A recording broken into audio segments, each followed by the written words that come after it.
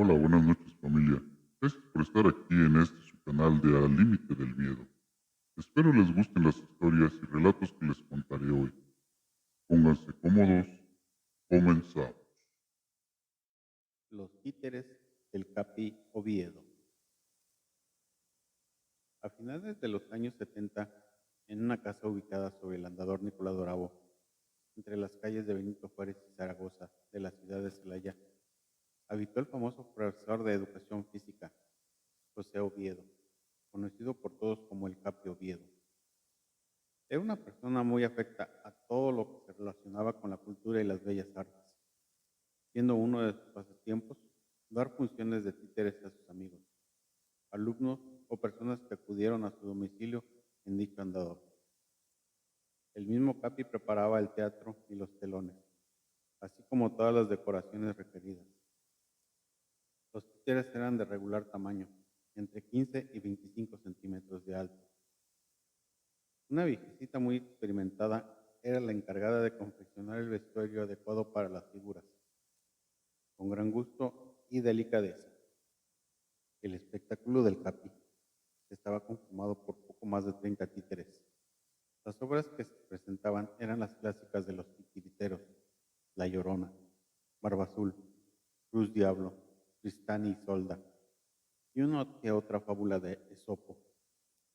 Una noche, al terminar una de sus funciones, narró el mismo Capi: tuve una experiencia inolvidable. No estaba dormido todavía cuando vi, en el tendedero donde colgaba los títeres, se escuchaba algo así como el sonido de pasos y bailes sobre la tarima del teatro. Creía estar alucinando por el cansancio y lo dejé pasar. Al día siguiente, al ir a revisar el teatro, encontré fuera de su lugar a la pareja, que se supone la noche anterior había realizado un baile. No quise impresionarme y seguí dando mis funciones como si nada hubiese pasado. El Capi solo se engañó, pues ese suceso se repetía noche tras noche. Al terminar sus funciones, los ruidos de pasos de los títeres se escuchaban cada vez más fuertes, incluso como si se acercaran a su habitación. Fue en este momento cuando se le ocurrió mirar por la rendija que estaba entre la puerta de su recámara y el patio donde se encontraba el teatro, descubriendo cómo los títeres cobraban vida por sí solos. El Capi, muy asustado, no tuvo valor para salir a confirmar lo que sus ojos habían visto, y solo pudo rezar lo poco que recordaba del Padre Nuestro.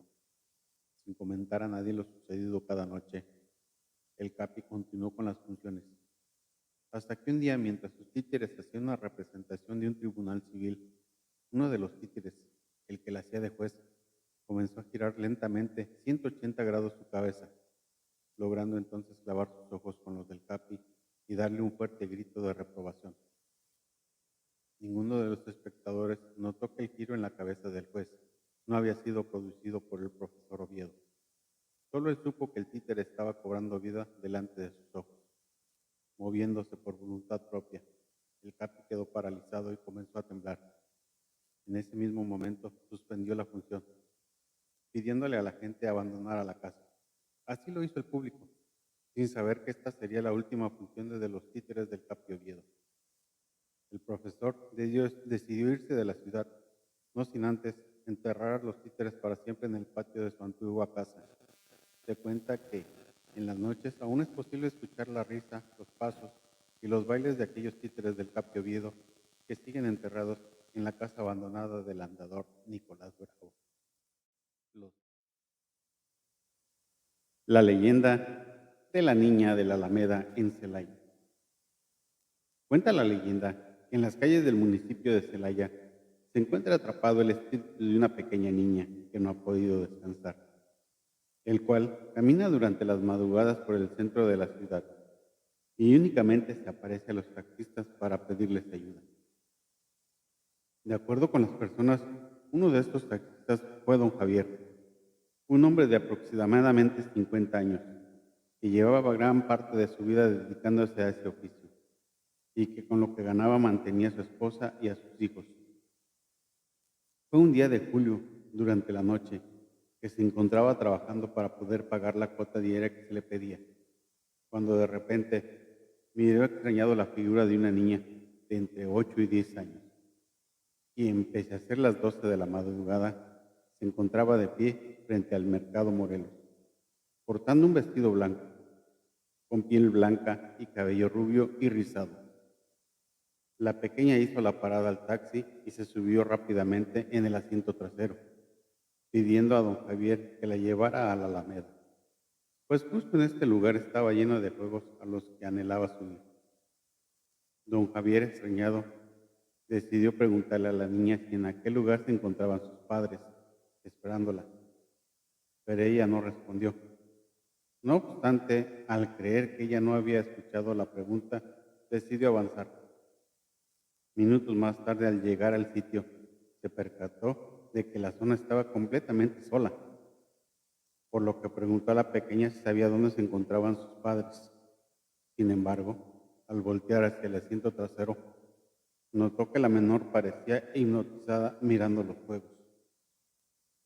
El taxista continuó cuestionando a la niña sin obtener respuesta alguna, por lo cual, al pensar que ella no respondía porque no tenía dinero para pagarle, se bajó del taxi y la tomó del brazo para sacarla del vehículo, percatándose de que ella continuaba pasmada e inmóvil, y que su piel era sumamente fría y rígida, como la de un difunto.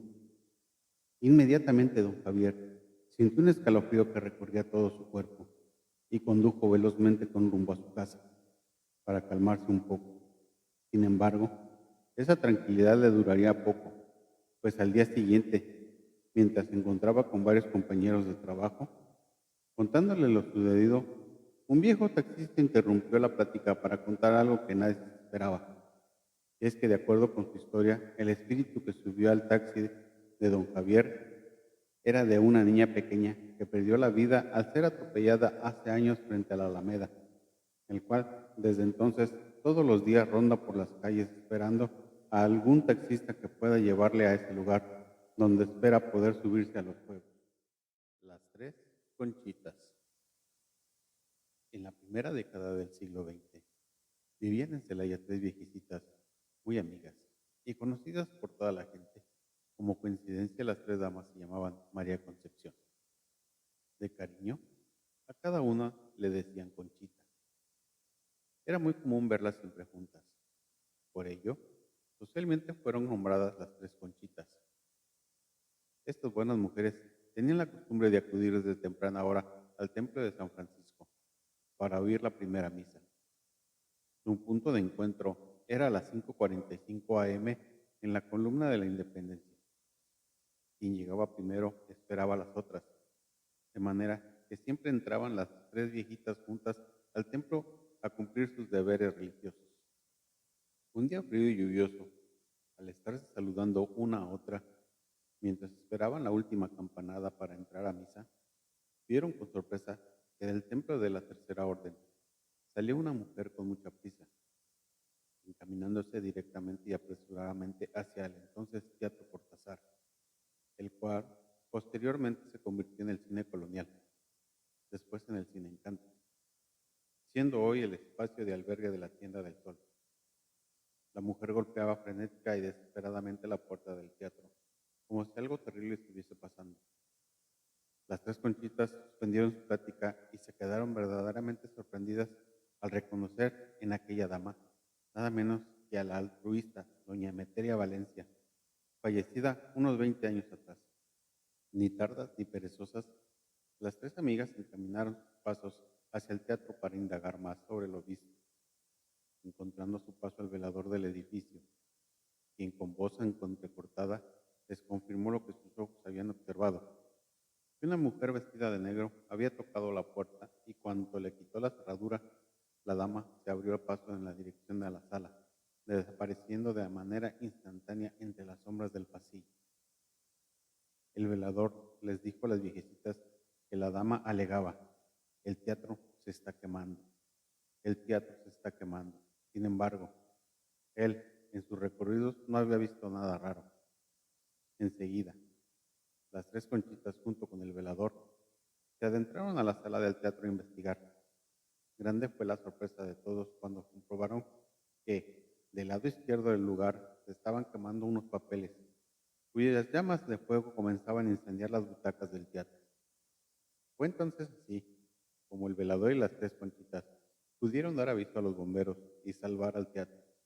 Desde ese momento, los ciudadanos no han parado de dar gracias al fantasma del altruista, pues se cuenta que por las noches aún es posible observar entre la Tercera Orden y la hoy Tienda del Sol el cruce de Doña Emeteria Valencia, quien sigue evitando que el lugar sucumba por las llamas. La capilla seca. El sábado santo, 9 de abril de 1686, estaba un pequeño niño mulato, esclavo, de unos 6 años de edad, cuidando una mula que tenía que estar dando vueltas para sacar agua de una noria que surgía del convento del Templo del Carmen. El chamaco, muy atento y dedicado estaba del cuidado de su monótono trabajo, por lo que no se percató, se acercaba un malvado individuo que tenía fama de malviviente. Y fue el individuo, sin pena, le dio un empujón para echarlo a la profundidad de la noria, tal vez con el ánimo de que se ahogara y nadie se diera cuenta. El niño empezó a gritar fuertemente, pues extrañamente no se hundió, y por más de una hora, y en forma inexplicable el muchachito se quedó flotando. ¡Auxilio! ¡Auxilio! ¡Me ahogo! ¡Auxilio! Estoy en el fondo de la noria. Al escuchar los lamentos, algunos vecinos acudieron a salvarlo. Mira, pero ni te has mojado tanto, solo has pasado un pequeño susto. Pero fue ese malvado señor que quería verme ahogado. Pero no hay nadie aquí. Seguro te habrás resbalado o tropezaste con esa mula floja. No, sí me han empujado. Pues ya estás sano y salvo.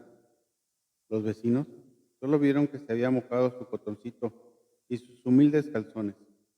Nadie se fijó que el malvado autor de la horrible acción se había escondido entre los matorrales. Pero cuando menos se lo esperaba, este sujeto, la mula le dio un fuerte coz que lo tiró a la noria. Y a pesar de sus gritos de auxilio y de arrepentimiento, nadie los oyó, habiéndose ahogado en pocos minutos. Al poco tiempo, la noria empezó a disminuir su agua. Mira, ya no da suficiente agua esa pila. Seguro la mula encargada de mover el palo otra vez se rehúsa a seguir trabajando. Yo no sé qué le pasa a ese animal. Para intentar tener más agua, los habitantes decidieron quitar la mula, que se rehusaba una y mil veces a obedecer, y por ello hubo necesidad de poner a un macho para que hiciera el trabajo. Pero el nivel del agua seguía bajando, y la pila anexa, a donde acudían los vecinos a proveerse de tan vital líquido, se fue quedando seca. Le aparecieron enormes cuarteaduras por todos lados, que al cabo del tiempo quedó materialmente inservible. Fue entonces cuando la gente se dio cuenta, cuando la gente por fin lo vio. En el fondo hay un esqueleto, un individuo que hacía tiempo había desaparecido. Aquel malvado hombre, que entonces no le habían creído la historia del niño Félix del Carmen, que aseguraba que un individuo lo había aventado a la noria y que se había perdido. Lo cierto es que la pila, que por muchos años permaneció casi en la esquina de la actual calle 5 de Mayo y Obregón, se le conoció de Mirasola o Pila Seca, pero poca gente supo, a través de los siglos, el origen de su nombre, siendo que esta leyenda fue muy conocida allá por el siglo XVII. La tarde de la mujer endemoniada del Templo del Carmen. La tarde del 17 de mayo de 1978 fue diferente a todas las demás tardes habidas en aquel tiempo, de una ciudad que no pasaba de los 120,000 habitantes. Era alcalde Manuel Orozco Irigoyen, en Celaya, la apacible puerta de oro del Bajío, dulce y cálida, serena y hacendosa, por el buen vivir que siempre ha proporcionado a quienes aquí radican en paz o a quienes por aquí solamente pasan. Aquel día se vivió un suceso que por lo increíble causó pánico, angustia y aglomeración de vecinos y aún habitantes de las demás comunidades. Las escuelas habían iniciado el turno vespertino unas horas antes. Cuando por la radio dijeron la noticia, todo el mundo se alarmó. A las 6 llegaría a la iglesia del Carmen una mujer encadenada, alguien a quien en una comunidad del municipio de Salvatierra se le había metido el diablo. Y por fin, los policías y los frailes carmelitas lograron someterla. Los unos a macanazos y empujones, los otros únicamente con el hisopo y la oración. El hecho es que esa tarde llegó a la ciudad primero el desorden causado por aquella voz de alarma. Después la camioneta con la supuesta muchacha poseída, sometida entre dos agentes de la ley y tres piadosos frailes que con las capuchas sobre su cabeza y el hilo de los rosarios en los dedos, no dejaban de rezar. Quien lo recuerda, describe la valla humana que se formó a lo largo de toda la calle Ignacio Allende hasta el centro histórico, como cuando desfilan las escuelas el 16 de septiembre y el 20 de noviembre. Personas de todas las edades, niños asustados y curiosos que ya volvían del trabajo y se quedaban a ver en qué paraba todo aquello. Los estudiantes y los profesores también se habían revuelto con la turba, que desde el cine Las Américas esperaba el paso del vehículo en el que traían a la persona. Dicen que llama a su papá a puros arañazos y mordidas, decían unos, y que la traen encadenada de los pies porque en los talones le salieron garras, murmuraban otros. Que echa lumbre por los ojos y las fosas de la nariz. Ave María Purísima. Toda la noche del 17 se estuvieron ventilando estas cuestiones. El hecho es que muy pocos la vieron entrar y hasta donde se sabe nadie la vio salir. Sin embargo, en el periódico El Sol del Bajío del día 20 de mayo se publicó la nota y una fotografía de la endiablada, la cual no era sino una pobre mujer joven, con aspecto de quien padece esquizofrenia, con los cabellos desordenados y arañazos, y golpes contusos en la piel. Así la describieron quienes con mayor suerte lograron estar cerca del zaguán del atrio por donde la metieron a una mazmorra del convento, dejando que la imaginación especulara.